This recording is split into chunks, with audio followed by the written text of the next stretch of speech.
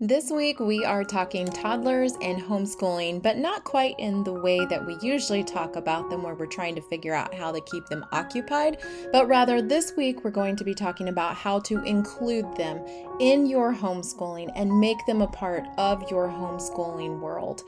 This is the Raising Arrows podcast, where we discuss all things large family homemaking and homeschooling. Welcome, friends. Hello, everyone. Welcome to the Raising Arrows podcast. I'm Amy Roberts from raisingarrows.net, and this is episode number 149, How to Include Your Toddlers in Your Homeschool.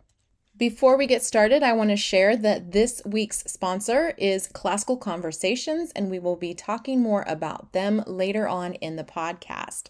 Now, typically we talk about how to keep toddlers occupied. I've talked about toddler boxes, and I've talked about busy bags and all kinds of things that are more focused on keeping your toddler busy during school hours. I did do an entire podcast, it's number 16, on occupying your busy preschooler, which includes your toddlers. So you might want to check that out if that's what you're needing help with. But this conversation is going to be more about including them in the school day, letting them participate and helping them to begin integrating into the homeschool life of the family. So the first thing you need to consider is getting them their own school things. Right now, the back to school sales are on, and you can find notebooks and pencils and watercolors and all kinds of things for a whole lot cheaper and a whole lot easier access than you can throughout the school year. So I definitely go check those back to school sales and see if there's anything that you think that your toddler would enjoy or would help keep them at the table being a part of the homeschooling day. When they have their own things that have their own name written on it, or there's a color-coded sticker or something like that that's on there that delineates that this is their stuff, they are going to feel very much like they are a part of things. And that is important as they begin to join the homeschool, that they feel like they're part of this homeschooling family and they want to be there. They want to do the things that the big kids are doing. And that is particularly helpful if they have their own things, their own pencils and crayons. And then you need to have a place to keep those things. Currently in our family, we have these soft-sided baskets that go into a shelf system, and there are 6 of them. And our daughter Mercy, before she ever joined our homeschool as an actual student, she had her own soft-sided crate that she kept her toys in and her notebooks and things like that she was using during the school day, and they were just kept in that little basket. You could have crates, you could have a backpack even that is their special backpack that they take to school with them, and it has different things in it that are just theirs for school time. That's where they keep their school supplies. That's where they keep anything that they're going to use while the school day is going on and they are participating in that school day. You may even just want to get them a nice little basket to set in the corner, or maybe a plastic tub with a lid on it to keep things kind of contained and to help them realize just how much stuff they can have. And then once it's full and the lid goes on, you can't add any more to it, because toddlers and preschoolers are notorious for just continuing to pile things into their bags and boxes and bins. In fact, I have a 6-year-old who continues to pile things into a backpack. She takes a backpack to church every week, and I kid you not, I bet that thing weighs 10 pounds by the time she's done. It might even be closer to 20, because she's just piled all kinds of things in, and we're having to always tell her to take things out so it's not so heavy. So any toddler or preschooler is going to find themselves continually adding to their crate. And yes, periodically we do have to clean out everybody's crates because they just get full of things that don't belong. They're extra papers and things that they picked up somewhere or somebody else just threw in their crate. So yes, periodically you'll need to go through your toddler's little crate or backpack or whatever it is that they are using to keep their stuff in, and make sure that nothing's hiding there that shouldn't be there. But it's really helpful for them to have their own things and then have a place for those things. Now, before I go any further, let's talk a little bit about our sponsor today, Classical Conversations. If you are looking to give your child a well-rounded education while also ensuring positive socialization opportunities and their ability to succeed in life, you should consider joining a Classical Conversations community and homeschooling alongside local families. It is always led by a trained, licensed director, and families learn through Classical Conversations' proven Christ-centered curriculum together in a community. With locations in all 50 states and over 50 countries, there is bound to be a community near you. To find your community today, visit classicalconversations.com/arrows. That's classicalconversations.com/ARROWS. Now, another great way to include your toddler in the homeschooling day is to get them some workbooks, even if it's workbooks that are a little bit ahead of them, or even if it's a coloring book. In fact, that is how I first started homeschooling. When my son was 4 and he was showing interest in reading and interest in doing school type things, I actually had a Curious George coloring book that I would tear a page out and I would look at the picture and try to find something in the picture that I could then put the first letter of at the top of the picture, and he would trace it and then he would color the picture. So like one of the pictures had Curious George with a rabbit. So I put an R at the top of the page, Blake traced it, and then he colored the picture, and that was school for him. And he didn't have any siblings that were doing school because he was the oldest, but that was how we got started, and that would work really well for your toddlers as well, to just have a coloring book and that's their school book, or get a preschool workbook. And don't worry about them doing it correctly. That's not the point here. This is their own workbook.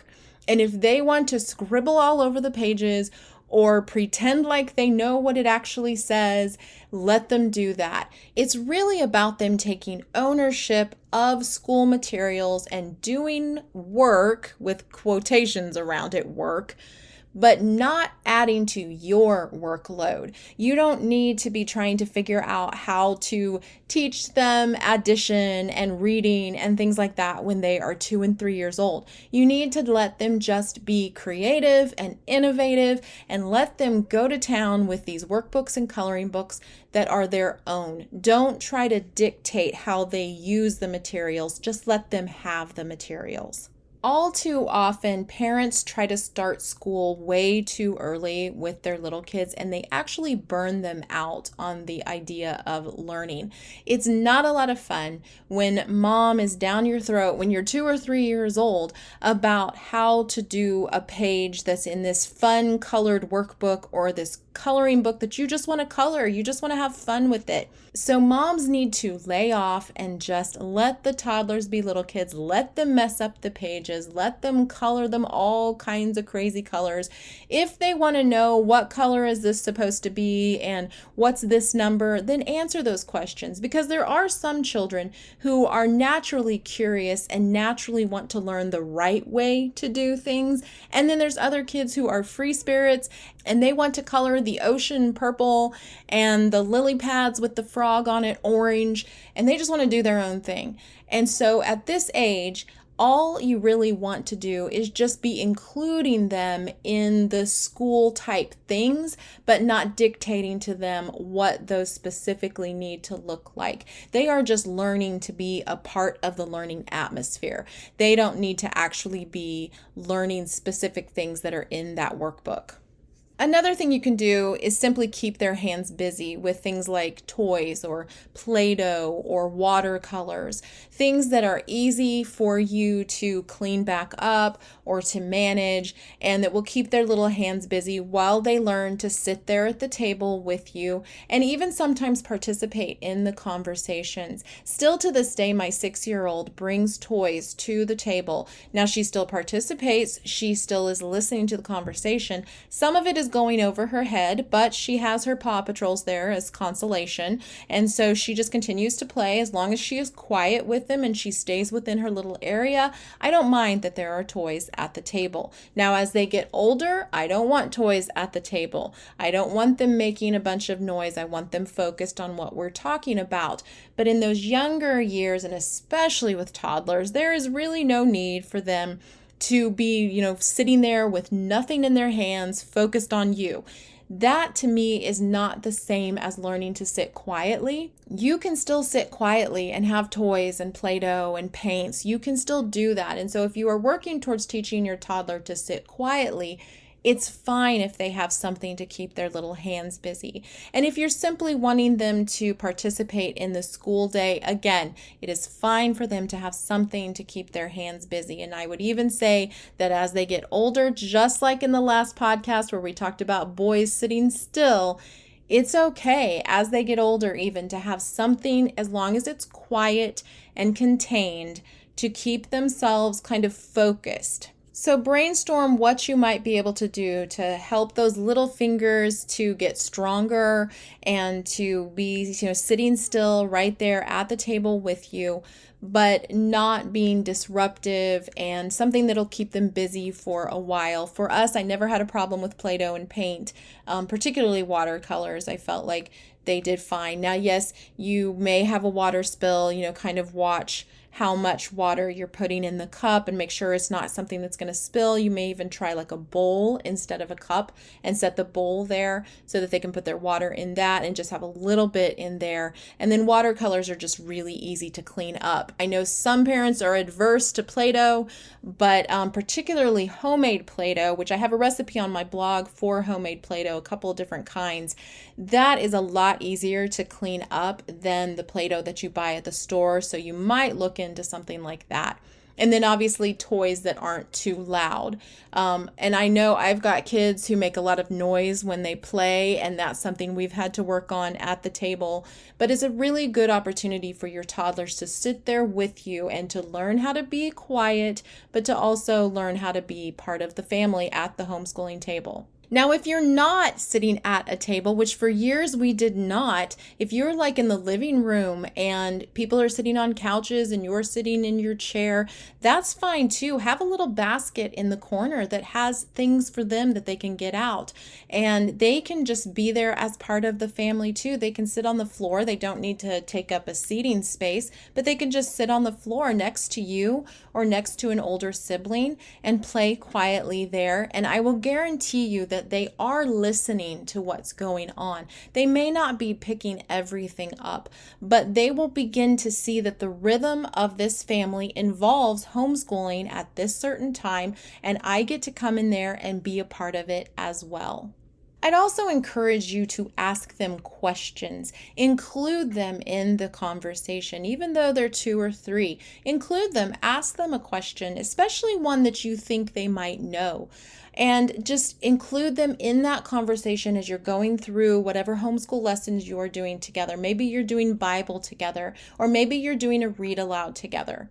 You can stop partway through whatever it is that you are reading aloud and ask them a question that has to do with what you're reading aloud, and just include them in that way. Again, that kind of primes the pump for them to be a part of the homeschooling family, of the homeschooling day. It helps them to see how things run and that they get to be a part of it. It is really fun for little kids to be included in bigger kid activities.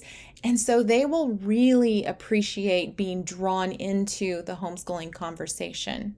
And then finally, if they are getting tired or bored or whatever, and you feel like you have had them there long enough and they have, kind of sat there for a while and learned how to be quiet and whatever it is that you're hoping to have as an outcome of them participating in the homeschooling day, then let them do their own thing. Let them run off and play. Let them go off on a tangent in the corner and play with their cars and not listen to a thing that you're saying.